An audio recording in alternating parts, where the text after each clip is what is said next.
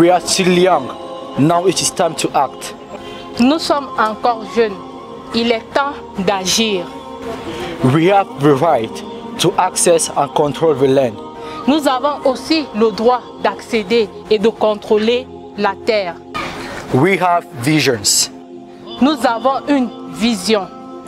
Yes, as young people, we really need to support each other. Oui, nous avons vraiment besoin de nous soutenir entre nous, les jeunes.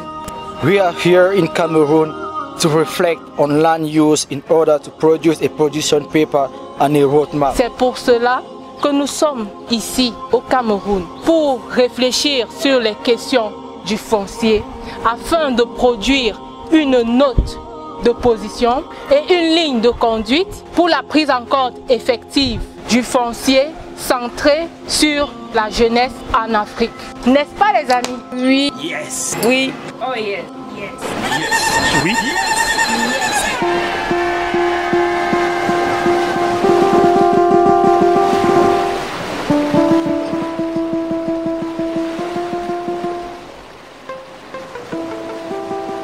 L'International Coalition, qui a placé sa stratégie 2022-2030 sous le signe du transfert de pouvoir aux acteurs à la base, accorde une importance particulière à la question de la gouvernance foncière centrée sur les jeunes. C'est à ce titre qu'elle a soutenu le processus de création de cette plateforme des jeunes et continue d'apporter un appui technique et financier à cette dernière. Le nexus gouvernance foncière et changement climatique préoccupe particulièrement l'International Coalition qui, dans la stratégie 2030 dont je parlais déjà, considère le changement climatique comme l'un des défis majeurs auxquels fait face l'humanité qu'une gouvernance foncière centrée sur les personnes, y compris les jeunes, peut aider à résoudre.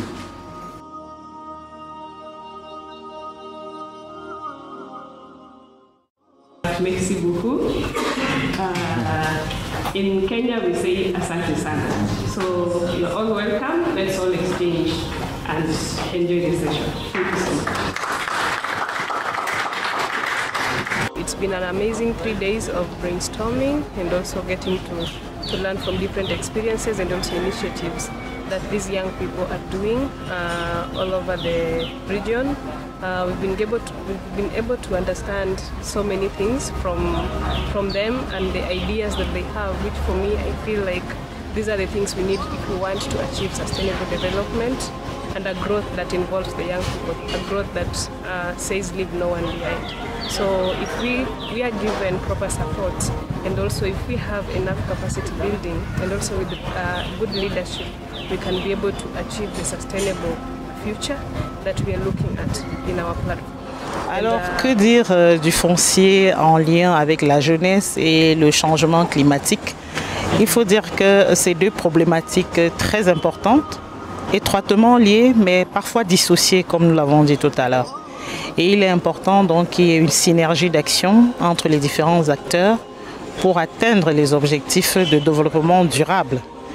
Et le ministère des Domaines du cadre des affaires foncières en charge de la gestion foncière a clairement formulé son engagement à être disponible, à accompagner tous les projets de la jeunesse pour atteindre cet objectif. Il faut dire déjà que lors de la fête de la jeunesse, le 11 février 2024, le ministre des Domaines, aux côtés de ses homologues de l'environnement, de la jeunesse, le ministre a pris part à une rencontre où chaque département ministériel devrait présenter les projets, les opportunités offertes aux jeunes pour améliorer leurs conditions de vie. Et aujourd'hui, l'avantage de cette rencontre, c'est qu'il n'est pas simplement question de la gouvernance foncière, il est également question de la gouvernance climatique. Donc, il est bon de rappeler les missions des uns et des autres et de trouver des synergies d'action pour les objectifs de développement durable. C'est une joie énorme, je dois dire, parce qu'en fait, ça fait toujours plaisir de voir les jeunes de plusieurs pays africains qui se mettent ensemble pour faire quelque chose contre le changement climatique et dans ce cas plus spécifiquement pour adresser la question de gouvernance foncière. C'est une question compliquée qui est souvent négligée au niveau international et pour nous la jeunesse c'est un des acteurs principaux dans tous ces domaines de changement climatique, mais surtout aussi pour la gouvernance de foncière, parce que ce sont eux qui sont les propriétaires de cette terre de demain. Et alors, je pense qu'il n'est pas trop tard de commencer aujourd'hui de présenter des solutions comment résoudre le problème de changement climatique et en même temps de gérer les terres d'une façon soutenable. Ça, c'est encourageant de voir et c'est pour ça que c'est un immense plaisir de les accueillir ici. Nous nous réjouissons aujourd'hui d'être impliqués dans le cadre des réflexions organisées à l'occasion de cette rencontre des jeunes portée sur la gouvernance foncière avec une portée sur les questions du climat. Nous avons eu l'occasion de rappeler un petit peu le contenu en termes des résultats de la 28e conférence des parties à la Convention cadre des Nations Unies pour la lutte contre les changements climatiques. Nous avons essayé de mettre l'accent sur les résultats saillants de ce qui est considéré comme l'accord de la COP 28. Et il était question maintenant de traduire cela en préoccupation pour les jeunes d'abord, mais également sur la thématique de la gouvernance foncière, telle que cela se présente aujourd'hui comme un intérêt important de leur processus. La présence des jeunes dans l'action climatique est très importante. Vous savez qu'ils sont en quelque sorte les bénéficiaires de toutes les décisions que nous devons prendre aujourd'hui en matière du climat, parce que c'est à eux que nous allons léguer cet environnement que nous constatons avec beaucoup de préoccupations sous l'angle de la dégradation actuelle. Et ces jeunes, quel climat, quel environnement nous allons leur léguer? Il est donc important pour nous d'échanger avec eux, de contribuer à leur faire comprendre les orientations pertinentes de la lutte contre les changements climatiques et de leur rappeler qu'ils sont d'abord eux les bénéficiaires des résultats qui pourront être tirés de tous ces efforts. Leur rappeler également qu'il est important, de par leur fougue, de par leur engagement, qu'ils soient présents sous forme de lobbying, sous forme d'interpellation, pour que les décisions soient objectivement orientées vers cette préoccupation-là, pour que les décisions soient prises en tenant compte du fait que les jeunes, comme je l'ai dit, sont les bénéficiaires de tout ce que nous déciderons aujourd'hui. Et la question foncière qui a été évoquée est un aspect très important des interventions en matière de protection de l'environnement. Et pour nous, nous pensons que c'est important de contribuer à éclairer cette marge de la société sur les aspects pertinents de l'environnement en général, du climat, mais aussi du support de production et de développement des activités qu'est la terre. Ici. En fait, il faut dire que pour nous, c'est une nouvelle collaboration.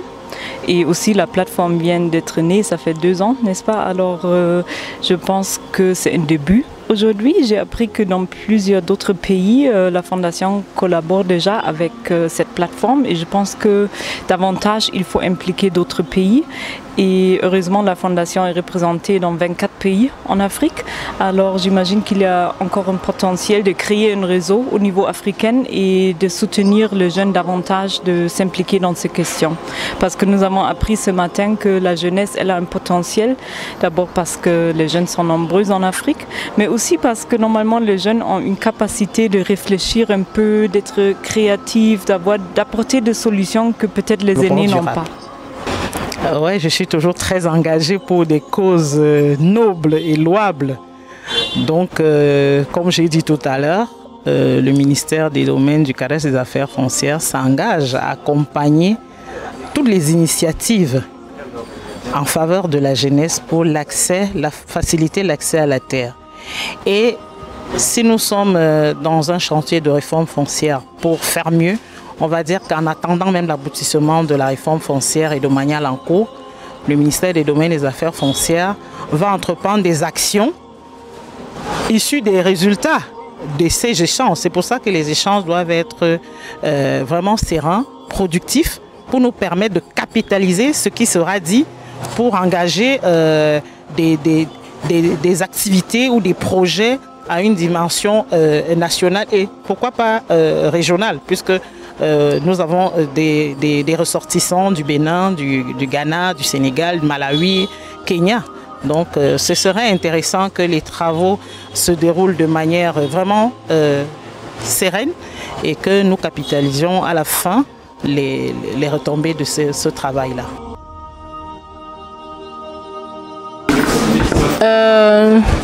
Tout à l'heure, j'ai eu à entretenir l'auditoire sur l'art pour impacter. Et l'art que j'utilise, c'est la bande dessinée. J'ai eu à leur montrer comment est-ce qu'on pouvait utiliser les bandes dessinées pour amener des gens à agir pour la préservation de l'environnement. Donc, je voudrais demander au Dr Kanga, on vous prend, qu'est-ce que vous avez partagé comme article de formation en 1 minute? Et une personne, Mamadou, vous dit qu'est-ce que vous avez retenu? Donc je vois que par rapport à la thématique qui était la nôtre, la mobilisation communautaire, on est revenu simplement sur le fait que l'importance, la nécessité de prendre en compte, n'est-ce pas, lorsqu'on veut mobiliser les couches en zone rurale ou en zone urbaine, de prendre des sensibilités sociales, n'est-ce pas, de n'exclure personne, de savoir qu'on travaille avec des femmes, des hommes, des jeunes, des enfants. Donc à chaque fois que c'est possible, pouvoir, n'est-ce pas, identifier quels sont les écouter, connaître le problème à la base, savoir également ce qu'ils proposent en tant qu'eux-mêmes, en tant que ce sont les principaux acteurs, de ce qu'ils proposent comme étant des solutions aux problèmes identifiés dans leur communauté et comment est-ce que cela peut être résolu. C'est-à-dire que généralement il faut éviter de proposer des solutions, n'est-ce pas, non adaptées aux communautés parce que justement on ne les a pas écoutés parce qu'on n'a pas été proche d'eux pour avoir la bonne information. Et voilà, donc c'est un peu ça pour l'essentiel. Oui, bon, ce que j'ai retenu déjà, c'est vraiment en 2 termes déjà. Éviter le système top-down où vraiment l'information on prend ça en haut et on le descend, mais plus adopter le système bottom-up où on va à la base, on recueille l'information et on la remonte. L'autre chose aussi, il a vraiment parlé dans un aspect qui évoque la question de la redevabilité envers la communauté. Parce que si on veut que la communauté se sente en confiance avec nous, il faudrait que dans l'appui qu'on fait, qu'on soit vraiment sincère et que cet appui puisse vraiment bénéficier à la communauté là. Bon, ce sont 2 aspects que j'ai retenus peut-être. Merci. Donc, je crois que ça va. On veut juste... Ok, ce que je dirais pour la mobilisation communautaire, c'est que il faut que le message soit participatif. Donc, toute décision concernant une communauté doit être faite avec ces communautés. Et surtout, s'il faut faire avec les communautés, il ne faut pas rassembler tout le monde en même temps parce que les hommes, les femmes et les enfants ne partagent pas la même vision de vie. Merci. Donne le thème de ta formation et quel est l'intérêt aujourd'hui pour les jeunes? Ok. Bonjour, je suis le docteur Narcisse Djeke et nous sommes à l'atelier de storytelling pour l'impact.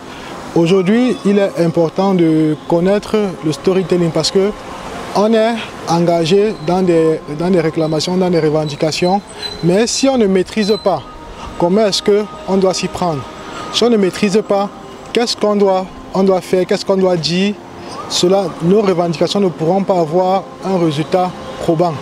Donc il est important de connaître la méthodologie pour pouvoir avoir un résultat escompté. Je suis de l'atelier Storytelling pour l'impact. D'après ce que le docteur Narcisse a dit, je retiens que le storytelling est tout d'abord un art. Et quand on parle d'art, on voit de l'esthétique, on voit de l'agencement. Et le storytelling a pour but de toucher les émotions. Et le storytelling peut être une histoire racontée, Ça peut être des écrits ou encore un audio. L'objectif est vraiment de toucher les sentiments.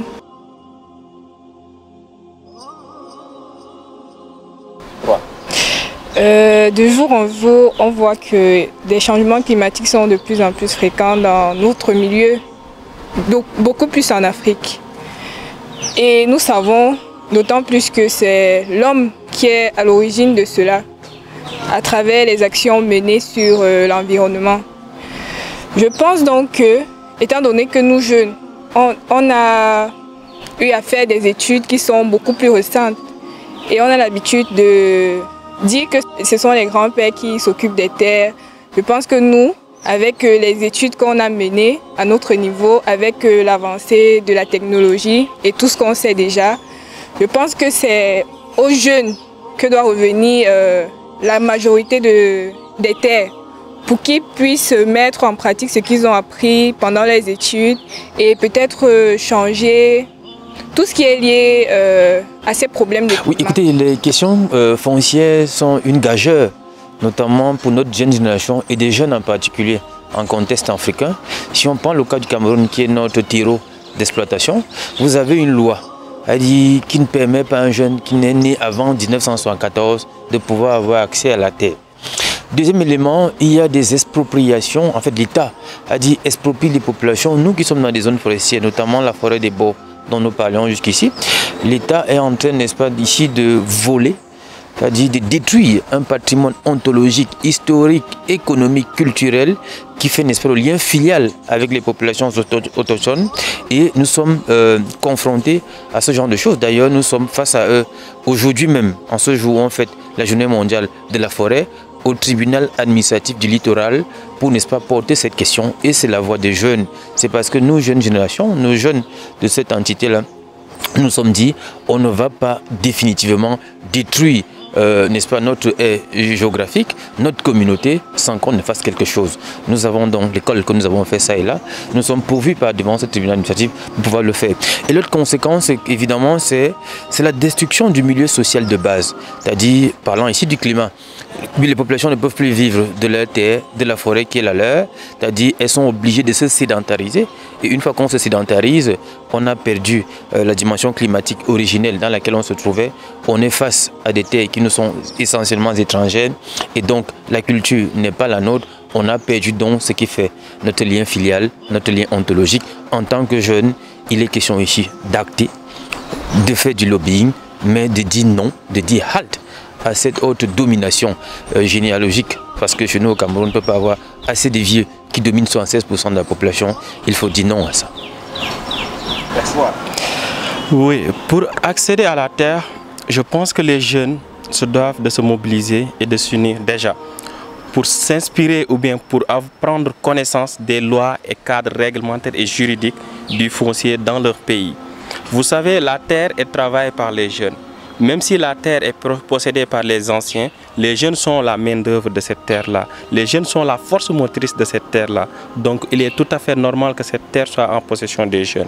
Il y a des cadres juridiques dans les différents pays, des cadres réglementaires dans les différents pays. Si les jeunes s'informent de ces cadres-là, ils peuvent enclencher le processus, les procédures pour avoir accès à la terre. Mais derrière, les organisations de jeunes doivent soutenir cette procédure-là. Derrière, les organisations de jeunes doivent jouer ce rôle de veille et d'alerte pour lutter contre tout accaparement des terres qui sont destinées aux jeunes. Maintenant, l'autre chose aussi, sur la question climatique. Vous savez, terre, arbre et humain, c'est quelque chose de spirituel. C'est quelque chose qui nous lie depuis longtemps, quelque chose qui est lié depuis longtemps. Donc ce sont les façons de faire qu'il faut changer. Et ce sont les jeunes qui sont l'avenir du monde. Aujourd'hui, c'est nous qui sommes dans la luxure débordante, qui voulons des voitures, qui voulons tellement de choses. C'est bien d'avoir toutes ces choses-là, mais c'est bien aussi de penser au climat. Donc si nous jeunes qui sommes majoritaires dans ce monde-là, qui en Afrique déjà sont plus de 50% de la population africaine. Changeons de façon de faire et incitons aussi les autres à changer de façon de faire. Nous pensons qu'on aura un avenir meilleur dans ce monde-là. Et je suis intéressé par la question de la finance climat dans sa mesure contraignante pour l'Afrique subsaharienne. Parce que les mécanismes de financement qui ont été adoptés, parce que je préfère le dire, adoptés par les financeurs internationaux qui sont les plus grands pollueurs, ne bénéficient pas à un développement optimal de l'Afrique. Dans mes recherches en certification en finance climat, je me suis rendu compte que la majorité des projets qui ont été implémentés en Afrique subsaharienne, malheureusement, sont des projets qui n'aspirent pas au développement. Et ceux des projets-là qui aspirent au développement, malheureusement, auront un impact favorable pour les pays dans lesquels elles sont introduites de 50 ans au minimum à 30 ans. Tandis que les projets de développement sont des projets intégrateurs, c'est-à-dire que les projets de développement ont été développés en projets intégrateurs, ce qui impose la participation de plusieurs pays, ce qui rend le processus de sélection dans des candidatures pour les projets tellement difficiles. Par exemple, je vais prendre un exemple. Au Cameroun, la possibilité de bénéficier d'un projet en finance climat, soit tu t'intéresses dans les déchets plastiques, les déchets ménagers et tout ça. Nous n'avons pas la technologie nécessaire pour pouvoir exploiter ces déchets. Nous n'avons déjà pas la technologie nécessaire pour pouvoir exploiter ces déchets. Ça va vraiment contraire à nos objectifs. Nous avons des objectifs de développement, nous avons des objectifs d'épanouissement de la population et en même temps, nous ne pouvons pas faire des objectifs de spécialisation dans certains domaines qu'on ne maîtrise pas. Je vais prendre encore un petit exemple. Le recyclage d'eau. Le recyclage des déchets d'eau ne peut pas être possible actuellement dans nos pays africains. Ça ne peut pas, alors qu'en Europe, c'est très facile. Parce que c'est un mécanisme qui sont en train dans leur culture. Et je vais encore prendre l'exemple, le recyclage de l'emballage plastique n'est pas facile chez nous parce que nous sommes encore, on connaît que nous sommes des pays pauvres, très endettés. Et nous sommes encore sur le prime de l'FMI et tout ça. Et donc, un peu pour dire que la finance climat doit être revue par les Africains, que ce soit les techniques de financement pour être amenées à leur contexte, dans le contexte africain. Sinon, l'Afrique ne peut pas s'en sortir, elle ne peut pas se développer avec des fonds de finance climat. Elle va uniquement faire de la propagande de la finance climat, de la COP, de chaque COP. Elle fera uniquement ce qu'on appelle la propagande. Beaucoup d'affaires dans l'autonomisation de femmes autochtones pour pouvoir les soutenir et que ces femmes deviennent que ces femmes trouvent des sources de revenus à base de leurs activités quotidiennes, par exemple la commercialisation du lait, peut-être la transformation des produits laitiers également.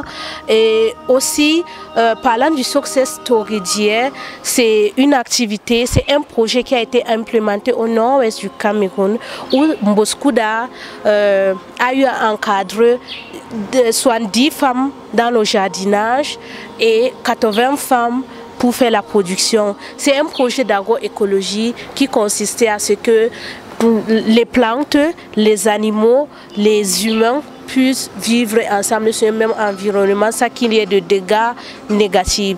Oui, c'était pour cela et ça a été vraiment un succès d'après les témoignages de ces femmes. Face aux différentes difficultés que rencontre mon peuple et moi-même par rapport à l'exploitation de leurs terres, c'est d'abord on se déporte chaque jour, nous sommes obligés de se déplacer au profit des agro-industries qui exploitent abusivement nos terres et forêts. Et la perturbation au niveau des saisons, puisque les populations autochtones vivent essentiellement de leur nature. Et lorsque la nature est perturbée, on fait face à une panoplie de difficultés de tous les côtés, sur tous les plans. Ça fait en sorte que les terres, l'agriculture, la pêche, la cueillette, et la chasse, on ne peut plus faire.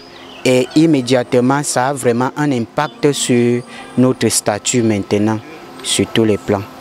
Pour relever ce défi en tant que jeune, il faut d'abord commencer par la sensibilisation.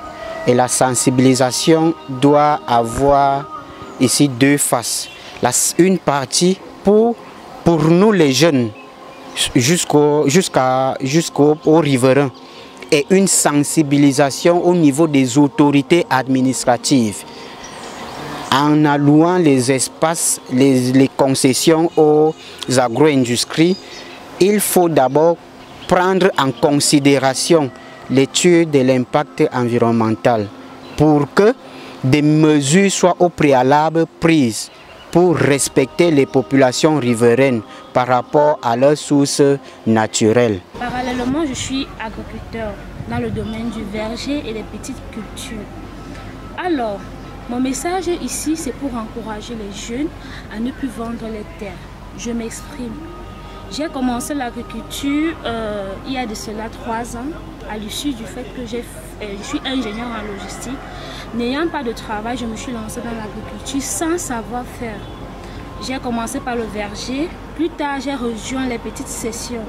Aujourd'hui, je cultive plus de 10 hectares de terrain et j'invite les jeunes à ne plus vendre les terres. Lorsque vous vendez vos terres, les aînés peinent à vous faire confiance, à vous donner des terres par la suite. Si vous n'avez pas d'argent, vous pouvez louer ces terres-là à ceux qui sont dans le besoin pour cultiver ces terres-là, ou vous pouvez rapporter les investisseurs sur ces terres-là. À défaut, je vous invite, il n'y a pas de démocratie sans les démocrates. Alors les jeunes, prenons le lead et lançons-nous dans l'agriculture. Le début est difficile, mais je vous assure, par la suite, on sourit. Alors, déposons les armes et entrons dans l'agriculture. Je vous remercie.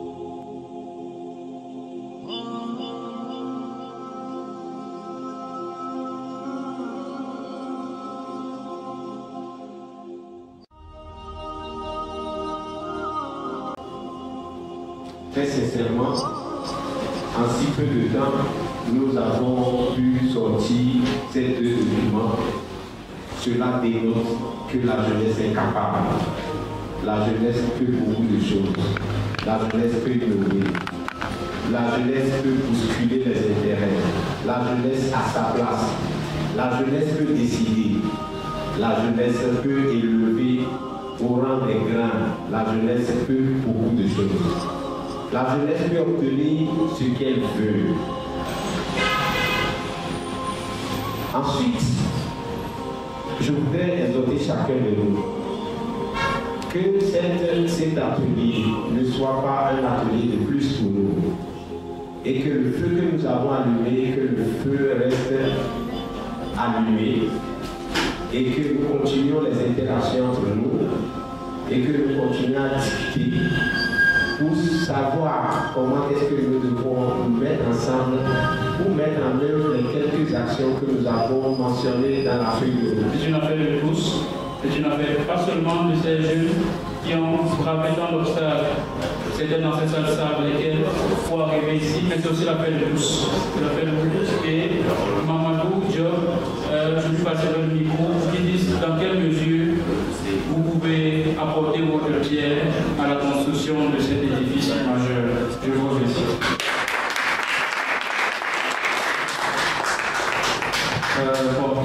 Merci beaucoup.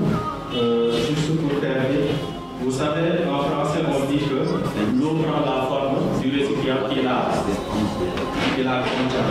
Donc, quand vous mettez de l'eau dans une bouteille, l'eau prend cette forme-là. Quand vous le mettez dans un seau, l'eau prend cette forme-là. Actuellement, c'est l'avenir qui est l'eau, mais c'est nous, la jeunesse, qui sommes le récipient. Donc c'est à nous de mettre cet avenir-là à notre disposition, surtout nous, la jeunesse africaine. Parce que l'avenir de l'Afrique, aujourd'hui, c'est la jeunesse africaine, et l'avenir du monde, c'est l'Afrique. Donc nous sommes l'avenir du monde. Donc il faut que nous soyons conscients de cela.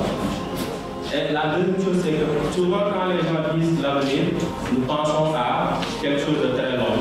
Non, l'avenir c'est aujourd'hui. L'avenir c'est maintenant quand on parle. Parce que ceux qui ont réussi dans le monde l'ont fait très jeunes. Le propriétaire de Facebook, il n'est pas plus vieux que nous. L'autre là, Jeff Bezos, quand il a réalisé sa truc là, il n'est pas plus vieux que nous. Donc c'est maintenant que nous devons réaliser les choses. Et nous devons le réaliser tous ensemble. C'est ensemble que nous devons aller. Tout à l'heure, Moïse l'a dit, Innocent aussi l'a dit. Seul, on va plus vite, mais ensemble, on va plus loin. Et chez nous, en Europe, on dit qu'un seul doigt ne frappe pas au coup de poing. Un seul doigt ne frappe pas au coup de poing. Il faut regrouper ensemble les doigts pour que le coup de poing puisse marcher. Donc nous invitons à rejoindre cette plateforme-là, qui est une plateforme des jeunes, qui est votre plateforme, pas la plateforme de Mounopio en tant que technicien seulement ou bien innocent, c'est votre plateforme. Donc rapprochez-vous de Moïse, rapprochez-vous de l'innocence, rejoignez cette plateforme-là avec votre structure et œuvrez pour vos pays. Je pense que nous tous ensemble, nous pouvons avancer. Et c'est bel et bien possible. Tout à l'heure, quelqu'un m'a dit l'impossible n'est pas comme vous. Je vais dire l'impossible n'est pas comme vous, l'impossible n'est pas africain. Merci beaucoup. Mesdames, Messieurs,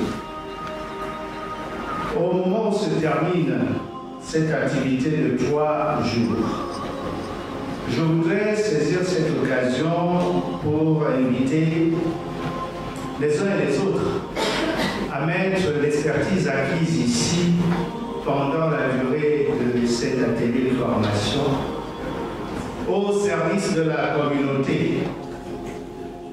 Le ministère de la Jeunesse et de l'Éducation civique est effectivement prêt à vous accompagner à condition de vous y rapprocher et surtout de chercher effectivement à signer un accord de partenariat, si c'est possible, avec le ministère de la Jeunesse pour encore plus d'opportunités pour vos travaux, vos projets.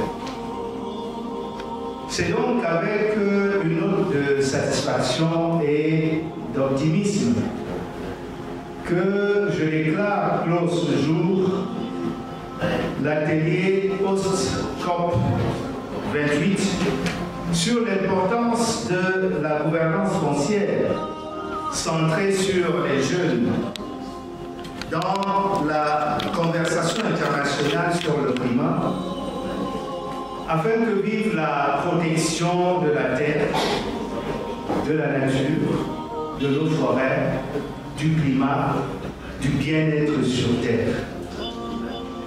Vive la coopération internationale, vive la jeunesse camerounaise, vive le Cameroun et son illustre chef de l'État, son Excellence Paul Biya, toujours connecté à la jeunesse. Je vous remercie.